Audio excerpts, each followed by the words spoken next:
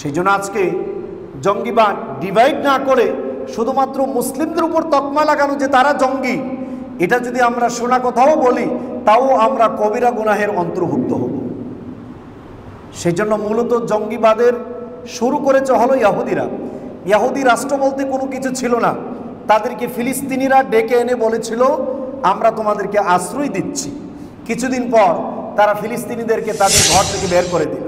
এখন ফিলিস্তিনিরা যখন বলে আমরা তো তোমাদেরকে আশ্রয় দিয়েছিলাম, আমাদের ঘর ফিরিয়ে দাও, এখন তারা ঘর থেকে বলছে তোমরা হলে জঙ্গি, বাস তাদের উপরে অ্যাটাক করা হচ্ছে। ঘটনা তাই ঘটেছে কি না? তাই তো ঘটেছে। তাহলে যাদেরকে জঙ্গি বলা দরকার তাদেরকে না বলে প্রত্যেকটা দেশে এখন জঙ্গি বলে মুসলিমদেরকে, ঠিক না বে ঠিক? এই জন্য সাবধান, যে কাউকে কখনোই জঙ্গি শব্দ ব্যবহার করতে যাবেন না, এটা উচিত নয়। প্রতি বৃহস্পতিবার নেই, আজকেও কোরআনুল কারীম তাফসীর শ্রবণের জন্য বসতে পেরেছি, সেই জন্য আমরা সকলেই শুকরিয়া আদায় করে বলি আলহামদুলিল্লাহ। আমরা ধারাবাহিকভাবে আলোচনা করছিলাম কোরআনুল কারীমের 5 নম্বর সূরা আল মায়েদা এর 63 নম্বর আয়াত পর্যন্ত আমরা গত সপ্তাহে ক্লিয়ার করেছি। গত সপ্তাহের যে ব্যাপারগুলো ছিল সেগুলো ছিল ইস্তেহজা, অর্থাৎ ঠাট্টা বিদ্রুপ করা, এবং তার সাথে যে বিষয়গুলো আমরা উল্লেখ করেছিলাম সৎ কাজের আদেশ এবং অসৎ কাজের নিষেধ, আর নেতৃবৃন্দ এবং ধর্মীয় লোক এদের মধ্য থেকে কারা ভালো আর কারা খারাপ, এই ব্যাপারগুলো আমরা কতগুলো আয়াত এবং হাদিস থেকে আমরা আপনাদের সামনে ক্লিয়ার করেছিলাম। আজকে আমরা তিলাওয়াত করেছি আপনাদের সামনে সূরা আল মায়েদা 5 নম্বর সূরার 64 নম্বর আয়াত থেকে 66 নম্বর আয়াত পর্যন্ত। আজকের আয়াতগুলোতেও ইহুদিদের কতগুলো বৈশিষ্ট্য নিয়ে আলোচনা করা হয়েছে। তবে আমরা আজকে যে মূল বিষয়টা নিয়ে আলোচনা করব সেটা হলো কোন যুক্তিতে মানুষ আল্লাহর ইবাদত করাকে বর্জন করে। সাবজেক্ট হলো এই। তবে কতগুলো ইহুদিদের বৈশিষ্ট্যগুলো এখানে বর্ণনা করব যে আয়াতগুলোতে আল্লাহ রাব্বুল আলামিন বলেছেন। চলুন আমরা বিষয়গুলো ক্লিয়ার হয়ে নেই। আল্লাহ রাব্বুল আলামিন সূরাতুল মায়েদা এর 64 নম্বর আয়াতে ইহুদিদের কতগুলো বক্তব্য তুলে ধরছেন যে ইহুদিরা কতটা নিকৃষ্ট জাতির, এরা কতভাবে আল্লাহ রাব্বুল আলামিনের উপর দোষারোপ করে।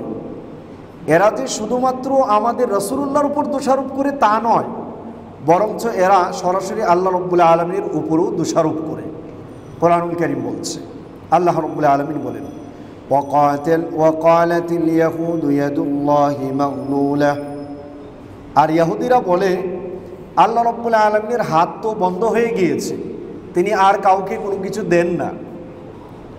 আল্লাহ রাব্বুল আলামিন বলছেন গুল্লাত আইদিহিম, আল্লাহর হাত বন্ধ হয় নাই, বরং তাদের দেওয়ার হাত বন্ধ হয়ে গিয়েছে। ওয়ালুইনু বিমা ক্বালু, তারা যা বলেছে সেই জন্য তাদের উপর আল্লাহর পক্ষ থেকে অভিশাপ করা হয়েছে, লানত করা হয়েছে। আল্লাহ বলছেন বাল ইয়াদাহু মাবসুতাতান ইউনফিকু কাইফা ইয়াশা, বরং আল্লাহ রাব্বুল আলামিনের 2 হাত প্রশস্ত আছে, তিনি যেভাবে চান সেভাবেই তিনি খরচ করতে থাকেন।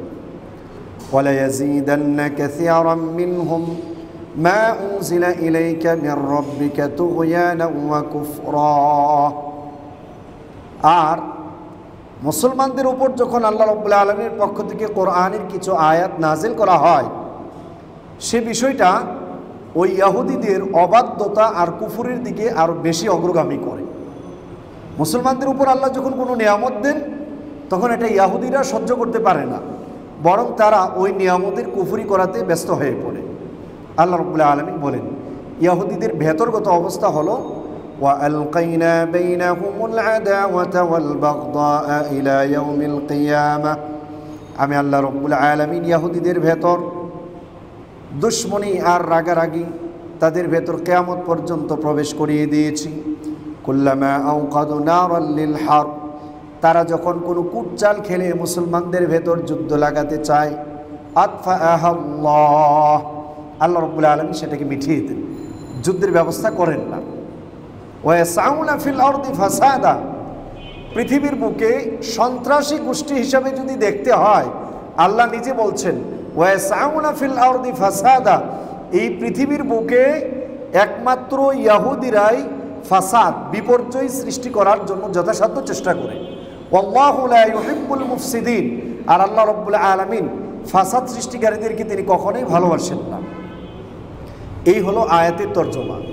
এরপর আল্লাহ রাব্বুল আলামিন আরো বলছেন ওয়ালাউ আন্না আহলাল কিতাবি আমানু ওয়াত্তাকাউ, আহলে কিতাবগণ যদি ঈমান আনয়ন করত আর আল্লাহকে ভয় করত, লাকাফফারনা আনহুম সাইয়্যাতিহিম, আমি আল্লাহ রাব্বুল আলামিন তাদের সমস্ত পাপগুলোকে মিটিয়ে দিতাম। ওয়ালা আদখালনাহুম জান্নাতিন নাঈম, আর আমি আল্লাহ রাব্বুল আলামিন তাদেরকে নিয়ামতপূর্ণ জান্নাতের ভেতর প্রবেশ করাতাম।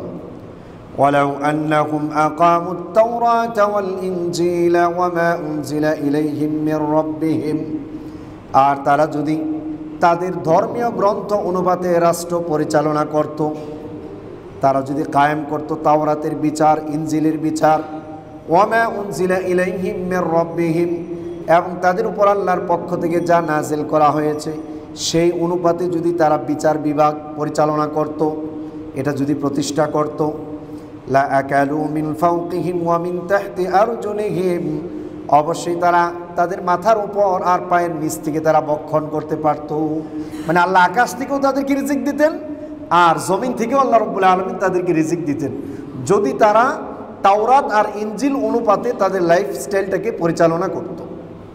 মিনহুম উম্মাতুম মুক্তাসিদা, তাদের মধ্য থেকে কিছু লোক আছে মধ্যমপন্থী। ওয়া কাসীরুম মিনহুম সাআ মা ইয়ামালুন, আর তাদের অধিকাংশ লোকই মন্দ আমল করে, খারাপ কাজ করে। এই হলো আয়াতগুলোর তর্জমা। দেখেন, প্রথম নম্বর আয়াত অর্থাৎ 64 নম্বর আয়াতে ইহুদিরা আল্লাহর উপর দোষারোপ করছে। এই আয়াতের শানে নুজুল সম্পর্কে বলা হয়, ইহুদিদের একজন লোক ছিল যার নাম হলো শাস। এই লোক বলতে লাগলো ইয়াদুল্লাহি মাগলুলা, আল্লাহ রাব্বুল আলামিনের হাত বন্ধ হয়ে গিয়েছে, আল্লাহ আর কোনো কিছু দান করেন না। মুসলমানরা যখন আল্লাহর পথে দান করার জন্য একে অপরকে অ্যাডভাইস করত, উদ্বুদ্ধ করত, তখন তারা বলতে লাগলো কি ব্যাপার, তোমাদেরকে আল্লাহর এখন দেয় না, আল্লাহর হাত বন্ধ হয়ে গিয়েছে। নাউযুবিল্লাহি মিন যালিক। এইভাবে তারা আল্লাহ রাব্বুল আলামিনের উপর দোষারোপ করে। শুধু তাই নয়, কোরআনুল কারীমে আরেকটা আয়াত আছে, তারা বলেছিল যে নাহনু ইন্নাল্লাহ ফাকির ওয়া নাহনু আগনিয়া। ইহুদিরা মন্তব্য করেছিল যে আল্লাহ হলো ফকির, দরিদ্র, আর আমরা হলাম ধনী। নাউযুবিল্লাহি মিন যালিক। এই কথা ইহুদিরা বলেছে। এই জন্য আল্লাহ রাব্বুল আলামিন বলেন, তাদের এই জাতীয় কতগুলো কথার কারণে আমি আল্লাহ তাদের উপর অভিশাপ দিয়েছি। এই জন্য আমরা যখন কোনো কথা বলবো, অনেক সময় দেখা যায় না জানার কারণে এমন শব্দ চয়ন করে বসি যেই শব্দটা সরাসরি আল্লাহ রাব্বুল আলামিনের সাথে সাংঘর্ষিক হয়ে দাঁড়ায়।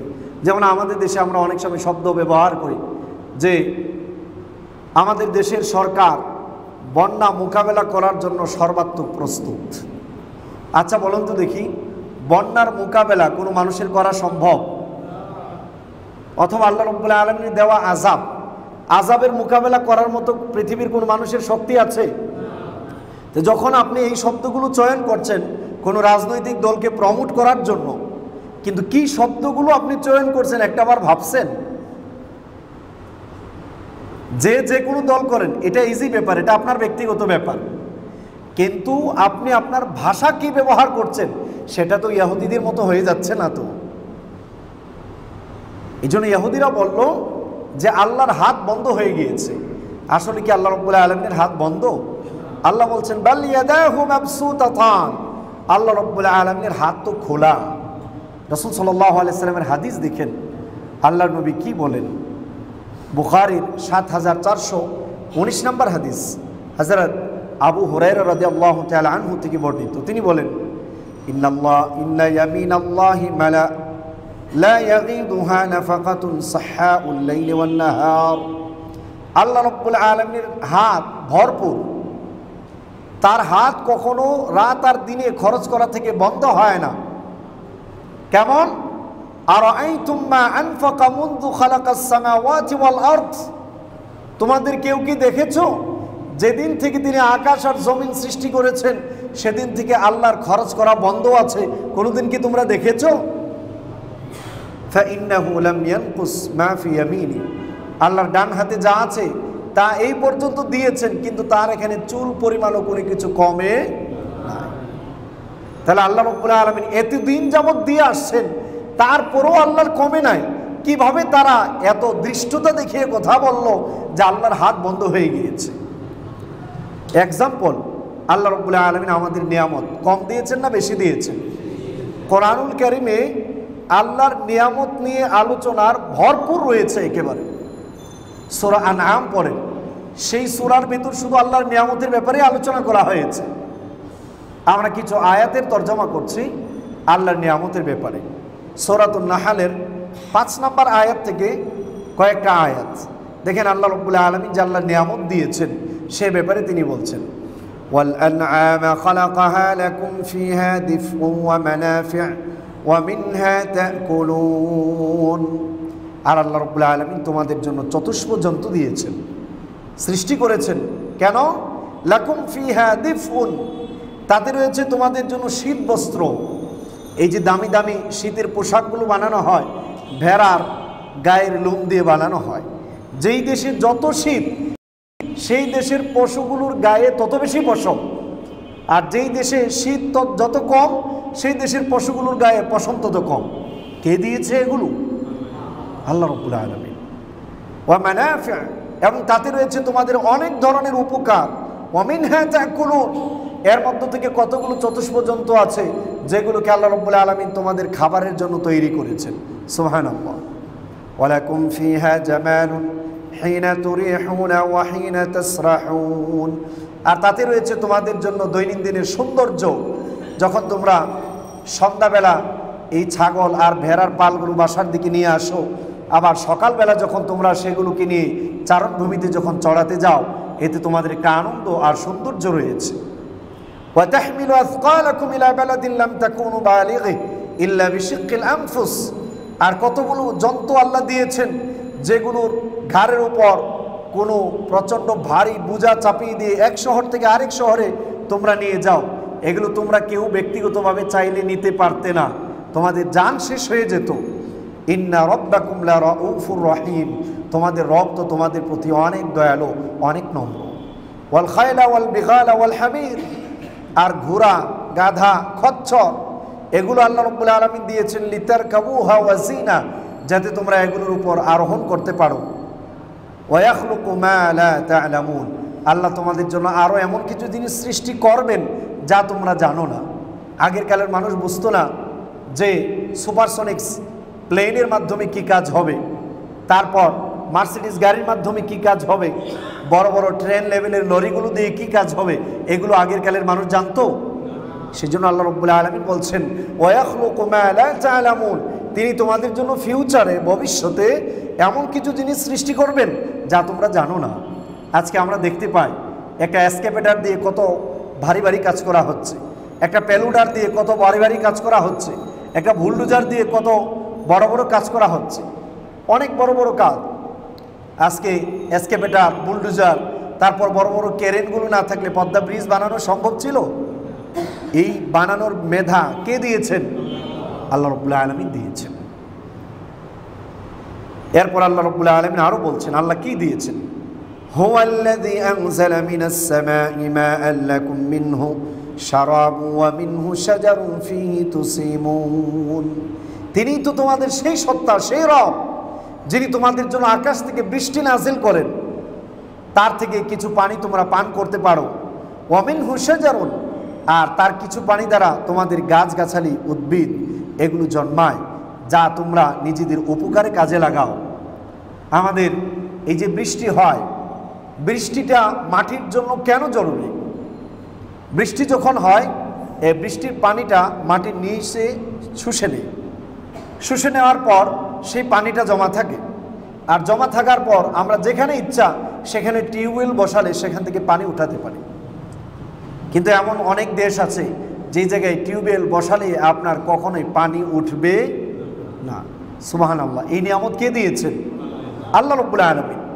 এই বৃষ্টির পানি একেবারে পিওর পানি, জমিন থেকে এই পানি উঠে ভাইরাসযুক্ত, কিন্তু যখন আকাশ থেকে নাজেল হয় একেবারে পিওর পানি নাজেল হয়। এর মতো পিওর আর কোনো পানি হতে পারে না। এই জন্য আল্লাহ রাব্বুল আলামিন এই পানির ব্যবস্থা করেন। আকাশ থেকে বৃষ্টি না হলে এই জমিনগুলো ফেটে একেবারে চৌচির হয়ে যায়। ঘাস গাছ কোনো উদ্ভিদ জন্মানোর মতো কোনো শক্তি থাকে না কোনো মানুষের, কিন্তু বৃষ্টি দিয়ে একেবারে হলদে রঙের এই মাঠকে সবুজ শ্যামল করেন কে? আল্লাহ রাব্বুল আলামিন। শুধু তাই নয়, আল্লাহ রাব্বুল আলামিন বলছেন ইউমবিতু লাকুম বিহি যারআ ওয়াজ যাইতুনা ওয়ান নাখিলা ওয়াল আ'নাব। এর মাধ্যমে আল্লাহ রাব্বুল আলামিন উৎপন্ন করেন তোমাদের জন্য ফসলাদি ফল, তারপর জৈতুন, খেজুর, আঙ্গুর, বহু ধরনের ফল ফলাদি। কেন? ইন্না ফি যালিকা লাআয়াতান লিকাউমিন ইয়াতাফাক্কারুন। এই যে আল্লাহর দেয়া নিয়ামত, এই নিয়ামতের ভেতর যেই সম্প্রদায়ের লোকরা আল্লাহর এই নিয়ামত নিয়ে চিন্তা করে তাদের জন্য এগুলোর ভিতর আয়াত নিদর্শন রয়েছে। শুধু তাই নয়, ওয়াসাখখারা লাকুমুল লাইলা ওয়ান নাহার। আল্লাহ রাব্বুল আলামিন তোমাদের জন্য রাত আর দিনকে করায়ত্ত করে দিয়েছেন, একটার পর একটা চলে আসছে অটো। ওয়াশ-শামসা ওয়াল কমার। আল্লাহ রাব্বুল আলামিন তোমাদের নিয়ামতের জন্য চন্দ্র আর সূর্য দিয়েছেন। ওয়ান নুজুম, আবার তারকা দিয়েছেন। মুসাখখারাতুম বিআমরি, এই সবগুলো আল্লাহর আদেশে চলমান। ইন্না ফি যালিকা লাআয়াতিন লিকাউমিন ইয়াকিলুন, এগুলোতে রয়েছে জ্ঞানী সম্প্রদায়ের জন্য নিদর্শন। সৌরজগৎ নিয়ে যারা পড়াশোনা করেছেন, আপনারা যারা সৌরজগৎ নিয়ে পড়েন তাদেরকে উদ্বুদ্ধ করব যে আপনারা আগে কোরআনুল কারীমের আকাশ এবং জমিন সংক্রান্ত আয়াতগুলো তিলাওয়াত করবেন, তারপর সৌরজগৎ নিয়ে পড়বেন। আপনার মাথা নষ্ট হয়ে যাবে। এই যে যত নক্ষত্র আছে এগুলোর ভিতর সূর্য হলো পৃথিবীর কাছাকাছি একটা লক্ষ কোটি নক্ষত্রের ভেতর ছোট্ট একটা নক্ষত্র। এটার আয়তন কত জানেন? এই পৃথিবীর তুলনায় 14 লক্ষ গুণ বড় হলো সূর্যটা। পৃথিবীর তুলনায় কত লক্ষ গুণ বড়? 14 লক্ষ গুণ বড় হলো এই সূর্য। এই সূর্য যে তাপ উৎপাদন করে তার থেকে আমরা পাই কতটুক? সূর্যর 200 কোটি ভাগের 1 ভাগ তাপ আমরা এই দুনিয়াতে পাই। কত ভাগ পাই? 200 কোটি ভাগের কত ভাগ? 1 ভাগ। একটা বার ভাবেন তো দেখি, যদি 200 কোটি ভাগের 1 ভাগ না, যদি 10 ভাগ আসতো আমরা থাকতে পারতাম? আল্লাহু আকবার। এই বাঁচার ব্যবস্থা কে করেছেন? আল্লাহ রাব্বুল আলামিন। এই জন্য ফিকির, একটু চিন্তা চাই। এই বিষয়গুলো চিন্তা গবেষণার দৃষ্টিতে দেখবেন। 200 কোটি ভাগের 1 ভাগ মাত্র গরম আমাদের কাছে তাপ আসে, তাতে আমরা সহ্য করার মতো নয়। তাহলে যদি 200 কোটি ভাগ ফুলটাই যখন কিয়ামতের মাঠে মারা হবে, তখন আমাদের সিচুয়েশনটা কেমন হবে? একটা বার ভাবেন তো দেখি। এখন তো অনেক কিছু পরিমাপ করা সম্ভব হচ্ছে। শুধু কি তাই, এই পৃথিবীর অবস্থান যেই জায়গায়, যদি এর থেকে 3 সেলসিয়াস ডিগ্রি নিচে হতো তাহলে এই পৃথিবীর সব কিছু বরফ হয়ে যেত, এখানে মানুষ বসবাস করা সম্ভব ছিল না। আর যদি 3 সেলসিয়াস ডিগ্রি উপরে হতো তাহলে সব কিছু জলে পুড়ে ছারখার হয়ে যেত, তাতেও মানুষ বসবাস করতে পারত না। এই বসবাস করার উপযুক্ত এই পৃথিবীটাকে কে বানিয়েছেন? আল্লাহ রাব্বুল আলামিন।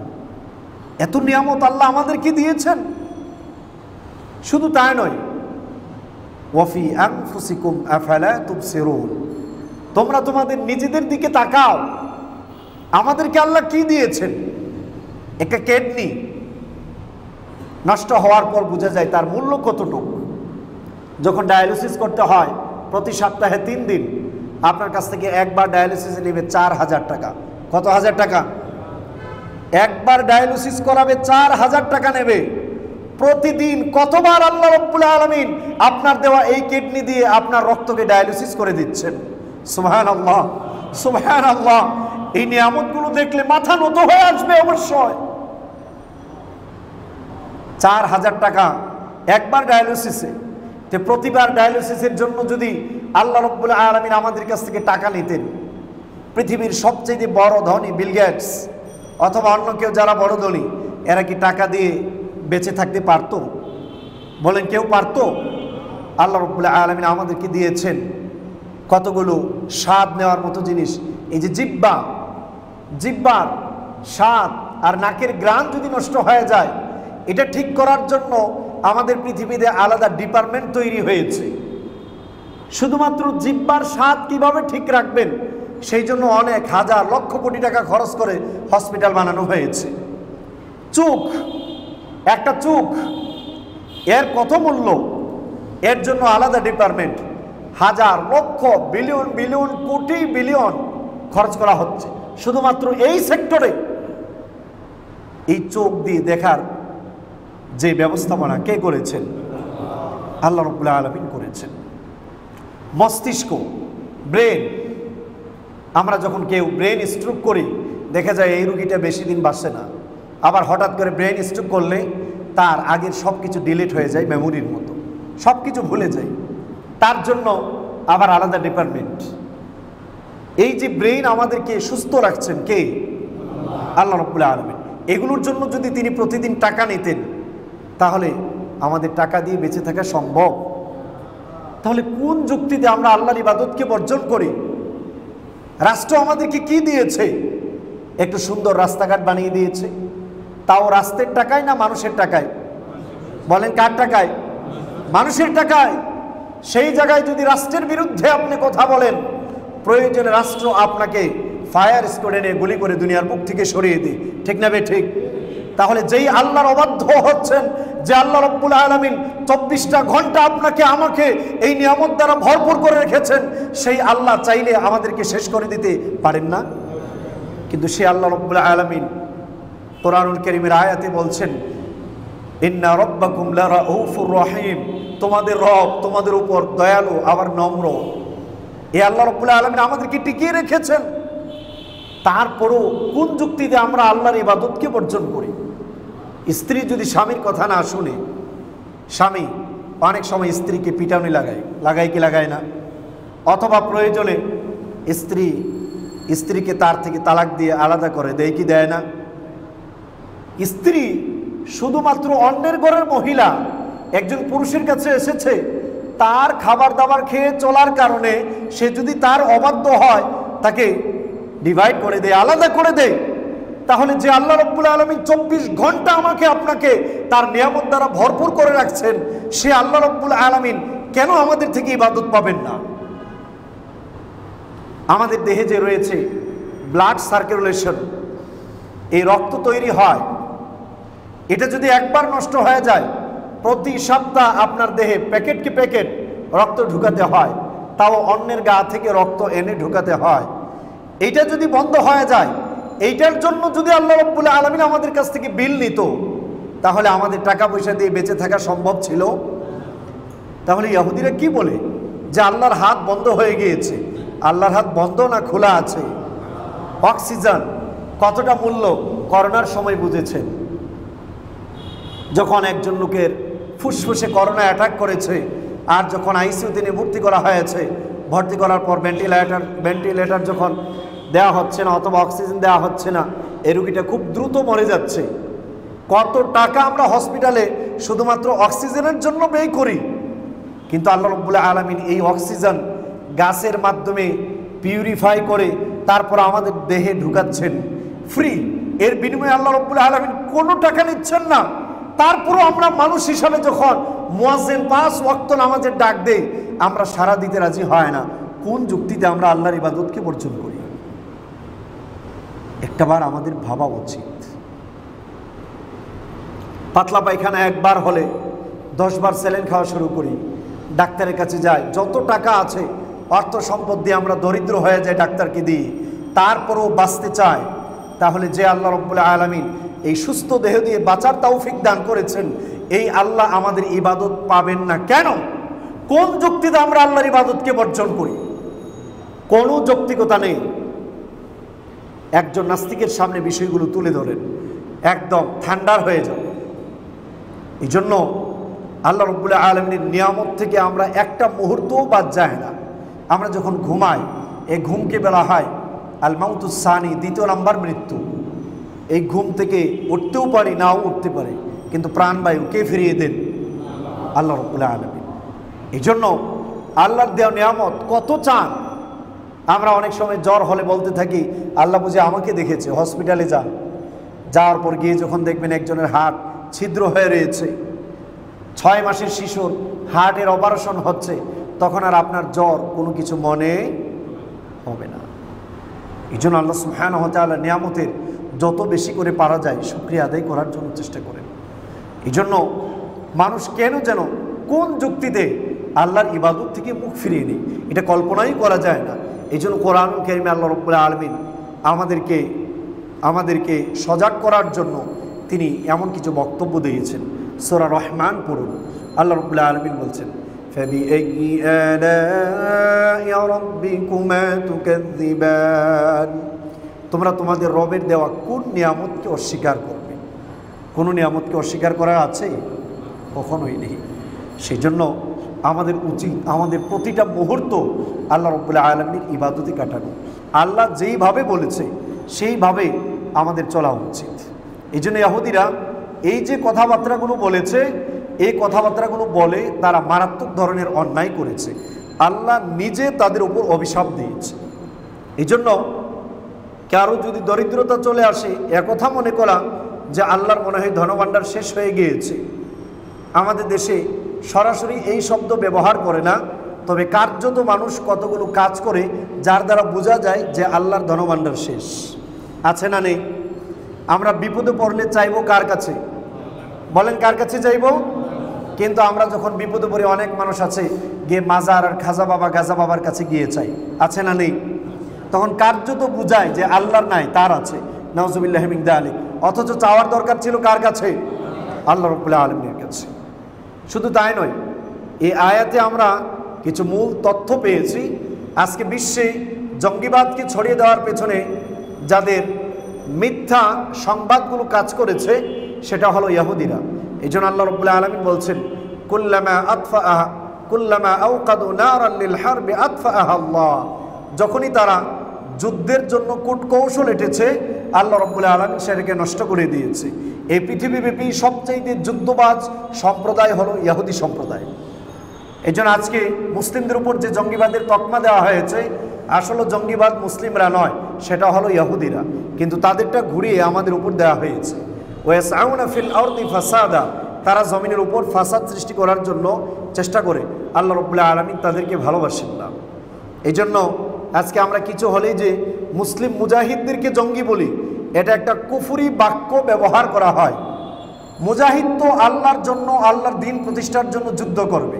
আল্লাহ রাসূল সাল্লাল্লাহু আলাইহি ওয়াসাল্লাম বলেছেন আল জিহাদু মাদিন ইলা ইয়াউমিল কিয়ামা, জিহাদ কিয়ামত পর্যন্ত চলতে থাকবে।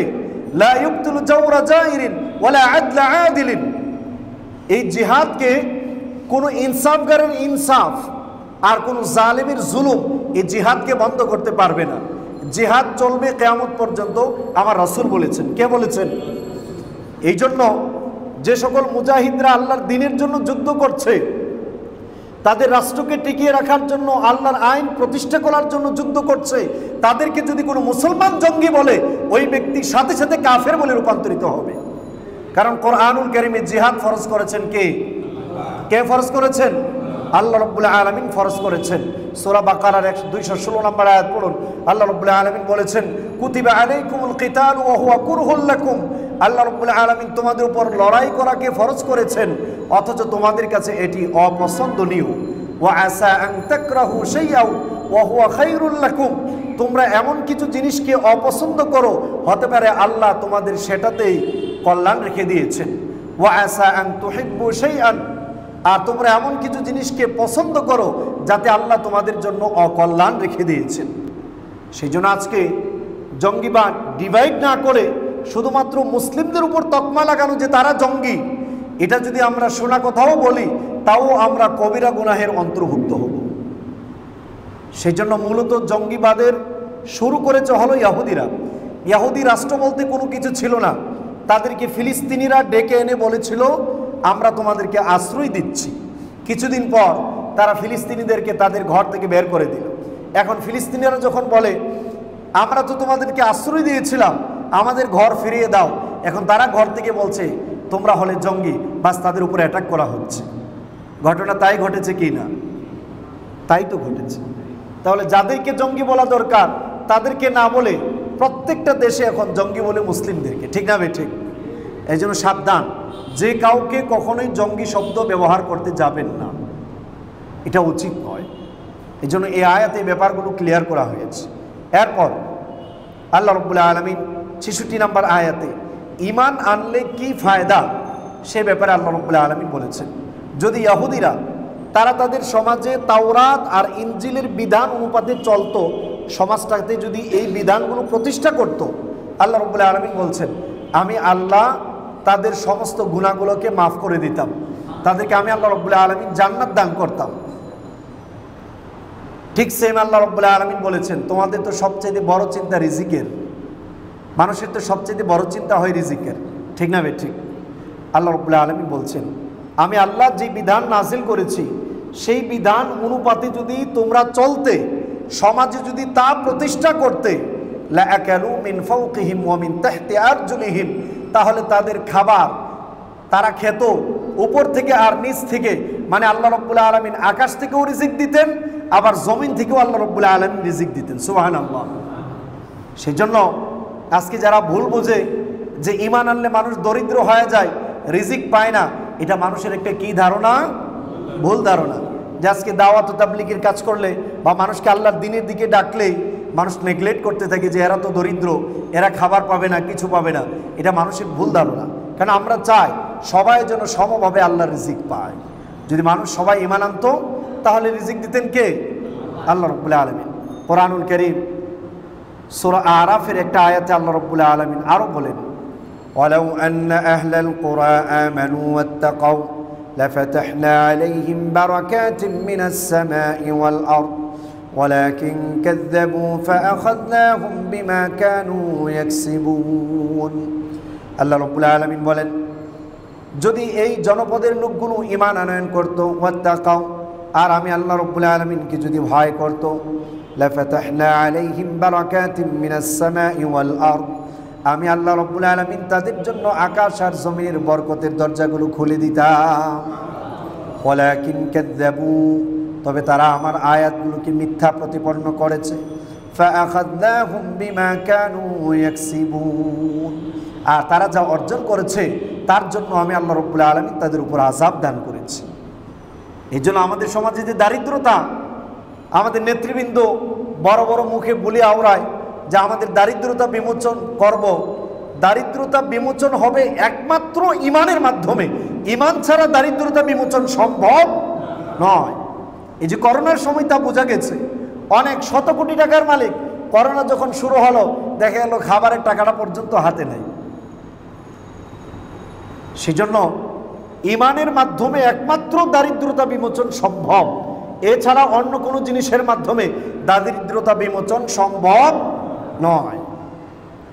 এই জন্য মানুষের উচিত হলো যতটা পারা যায় মানুষকে ঈমানের দিকে নিয়ে আসা, তাহলে রাষ্ট্রের লোকরাও ধনাঢ্য হবে, তাদের খাবার আর রিজিকের চিন্তা তাদের এত বেশি করা লাগবে। আমরা আগে একটা লেকচার দিয়েছিলাম নিয়ামত নামক সাবজেক্টের উপর, সেখানে একটা হাদিস বলেছিলাম মুস্তাদরাকে হাকিমের, যে রাসূল সাল্লাল্লাহু আলাইহি ওয়াসাল্লাম বলেছেন আমার এই উম্মতের প্রত্যেকটা মানুষ যদি ঈমান আনয়ন করত তাহলে আল্লাহ রাব্বুল আলামিন তাদেরকে, তারা যখন রাতের বেলা ঘুমিয়ে পড়তো ওই ঘুমন্ত অবস্থায় আল্লাহ আকাশ থেকে বৃষ্টি দিত যাতে করে মানুষের কোনো কষ্ট না হয়। সকাল হলে পূর্ণাঙ্গ দিন থাকতো, বৃষ্টি দিয়ে কোনো ডিস্টার্ব হতো না, শুধুমাত্র তারা হাটে ঘাটে মাঠে কাজ করবে আর অর্থ সম্পদ ইনকাম করবে, তাদের খাবারের ব্যবস্থা করবে। কে করবেন? আল্লাহ রাব্বুল আলামিন। এই জন্য মানুষ হিসেবে আমরা ভুলে গিয়েছি, ঈমান থেকে সরে এসে কুফরির দিকে চলে এসেছি। আজকে আওয়ামী লীগ বলছে আমাদেরকে তারা আমাদের দেশকে শান্তিতে নিয়ে যাবে, বিএনপি বলছে শান্তিতে নিয়ে যাবে, জামাত ইসলাম বলছে শান্তিতে নিয়ে যাবে, ইসলামিক আন্দোলন বলছে শান্তিতে নিয়ে যাবে। আসলে গণতন্ত্র পদ্ধতিটাই হলো অশান্তির পদ্ধতি। কারণ গণতন্ত্রের বক্তব্যটাই হলো of the people, by the people, for the people. মানুষ আইন বানাবে, মানুষের জন্য বানাবে, মানুষের উপর প্রয়োগ করা হবে। মানুষ যখন মানুষের বানানো আইন মানে তখন মানুষ হয় কার গোলাম? মানুষের গোলাম। আর মানুষ যখন আল্লাহর দেওয়া আইন মানে তখন হয় কার গোলাম? আল্লাহর গোলাম। এই জন্য আমাদেরকে মানুষ কুফুরির দিকে ডাকছে দিন দিন। সেই জন্য উচিত ছিল সকল মুসলিম উম্মার বলা, আল্লাহ যে আইন দিয়েছেন খিলাফা, সেই অনুপাতে রাষ্ট্র চলবে। কোনো বিএনপি নাই, জামাত নাই, ইসলামিক আন্দোলন নেই, আওয়ামী লীগ নেই, বিএনপি নেই, জাতীয় পার্টি নেই, কোনো পার্টি নেই। পার্টি হবে সবাই মিলে একটা। এটা হলো আল্লাহ যেভাবে আইন দিয়েছে সেভাবে দেশ চলবে। কিভাবে দেশ চলবে? এটাই ছিল। তাহলে আকাশ থেকে বরকত দিতেন কে? জমিন থেকে বরকত দিতেন কে? আল্লাহ। তবে রাসূল সাল্লাল্লাহু আলাইহি সাল্লাম একটা ভবিষ্যৎবাণী করেছেন। হযরত জিয়াদ ইবনে লাবিদ থেকে বর্ণিত, তিনি বলেন যে রাসূল সাল্লাল্লাহু আলাইহি সাল্লাম একদিন বক্তব্য দিচ্ছেন, ইউশিকু আন ইয়ারফা'আল ইলম। রাসূলুল্লাহ বললেন, অচিরেই তোমাদের সমাজ থেকে জ্ঞান, ইলম উঠে যাবে। জিয়াদ ইবনে লাবিদ বললেন, ইয়া রাসূলুল্লাহ ওয়া কাইফা ইয়ারফা'উল ইলম ওয়া কাদ ক্বারা'নাল কুরআন ওয়া 'আল্লামনাহু আবনা'ানা। ইলম কিভাবে উঠবে? এটা তো আমরা কল্পনা করেও পাই না। আপনার কাছ থেকে আমরা কোরআন শিখলাম, আমরা এখন নিজেরা কোরআন পড়ি, আবার আমরা আমাদের সন্তানদেরকে কোরআন শিক্ষা দেব, তারা পড়বে, তারা তাদের সন্তানদেরকে শিক্ষা দেবে, আবার তারা পড়বে, তারাও শিক্ষা দেবে। এভাবে তো কিয়ামত পর্যন্ত ইলম একে অপরের কাছে স্থানান্তর চলতেই থাকবে। এটা বন্ধ হবে কিভাবে? উঠবে কিভাবে? আল্লাহ নবী বললেন, সাকিলাতকা উম্মুক ইয়া ইবনে লাবিদ। হে জিয়াদ ইবনে লাবিদ, তোমার মা তোমাকে হারিয়ে ফেলুক। ইন কুনতু লা আরাকা মিন আফকাহি আহলিল মাদিনা। আমি তো তোমাকে মদিনার সবচেয়ে জ্ঞানী মনে করতাম, এখন তো দেখছি তোমার মতো বোকা এই পৃথিবীতে আর কেউ নেই। আল্লাহর নবী বললেন, আওয়ালাইসাতিত তাওরাত ওয়াল ইনজিল বিআইদিল ইয়াহুদ ওয়ান নাসারা। তুমি যেই চিন্তা করছো ধারাবাহিকভাবে ধর্মের কিতাবাদি থাকবে, তোমরা শিখাবে, চলতেই থাকবে, ইসলামিক আইন চলবে। ইয়াহুদি আর নাসারা এদের কাছে তাওরাত আর ইনজিল ছিল কি না? উনি বললেন, হ্যাঁ ছিল। তাহলে ফামা আগনা আনহুম হিনা তারাকু আমরাল্লাহ। ওই ইহুদি আর খ্রিস্টানরা যখন আল্লাহর নির্দেশ মানা ছেড়ে দিল, তখন তাদেরকে ওই লাইনে কেন নেওয়া হলো না? এর মানে মানুষগুলো আস্তে আস্তে করে কোরআন বিমুখ হয়ে যাবে। বাস্তব আজকে তাকান তো দেখে আমাদের সমাজের কয়জন লোক আমরা মুসলমানের ঘরের কোরআনুল কারীম তিলাওয়াত করতে জানি? কয়জন লোক কোরআনুল কারীম তর্জমা সহকারে আমরা পড়তে পারি? কয়জন লোক কোরআনের বিধান অনুপাতে আমরা চলার জন্য চেষ্টা করি? কয়জন লোক রাষ্ট্রীয়ভাবে কোরআনকে প্রতিষ্ঠা করার জন্য চেষ্টা করি? আছে? এর মানে কোরআনুল কারীমের দার্স তাদরিস এগুলো বন্ধ হয়ে যাচ্ছে। ব্যক্তি অনুসরণ অনুকরণ যখন বাড়বে, তখন সমাজে দলাদলি তত বেশি বাড়বে। আমাদের সমাজে আল্লাহর বাণী বেশি বলা হয় নাকি ব্যক্তির বাণী বেশি বলা হয়? ধর্মীয় সেক্টরেও বলেন, বাকি প্রায় জায়গাতেই। কিন্তু আমাদের দেশের আলেম ওলামারা ব্যর্থ হয়েছে। যদি আলেম ওলামারা কোরআনুল কারীমের তর্জমাগুলো মানুষের সামনে তুলে দিত আর মানুষকে শিখাতো, তাহলে অটু পরিবর্তন আসতো কি আসতো না? আসতো। এভাবেই তো ইলম উঠে গিয়েছে। এই জন্য আজকে সমাজে দলাদলি আছে না নেই? অথচ কোরআনুল কারীমে আল্লাহ রাব্বুল আলামিন বলেছেন, ওয়া'তাসিমু বিহাবলিল্লাহি জামিআন ওয়া লা তাফাররাকু। তোমরা সকলে মিলে আল্লাহর কোরআনকে ধারণ করো, বিচ্ছিন্ন হবে না। এর মানে যখন আমাদের সমাজে দলাদলি হচ্ছে, বিচ্ছিন্ন হচ্ছে, সকলে মিলে আমাদের কেউ কোরআনুল কারীমকে ধরেও নাই, এটা নিশ্চিত। এই জন্য কোরআন থেকে যখন মানুষ বিমুখ হবে, ওই মানুষদের জন্য ধ্বংস এটা অনিবার্য। এই জন্য আমাদের সমাজটাকে যদি ঠিক করতে চান, কোরআনুল কারীমের দিকে মানুষগুলোকে ফিরিয়ে আনতে হবে। এই কোরআন শিখতে হবে, বোঝাতে হবে, বুঝতে হবে, সমাজে দেদারসে কোরআনুল কারীমের প্রচারণা চালাতে হবে। এই জন্য আল্লাহ রাব্বুল আলামিন তার রাসূলকে বলেছেন, ইয়া আইয়ুহার রাসূল বাল্লিগ মা উনজিলা ইলাইকা মির রাব্বিক।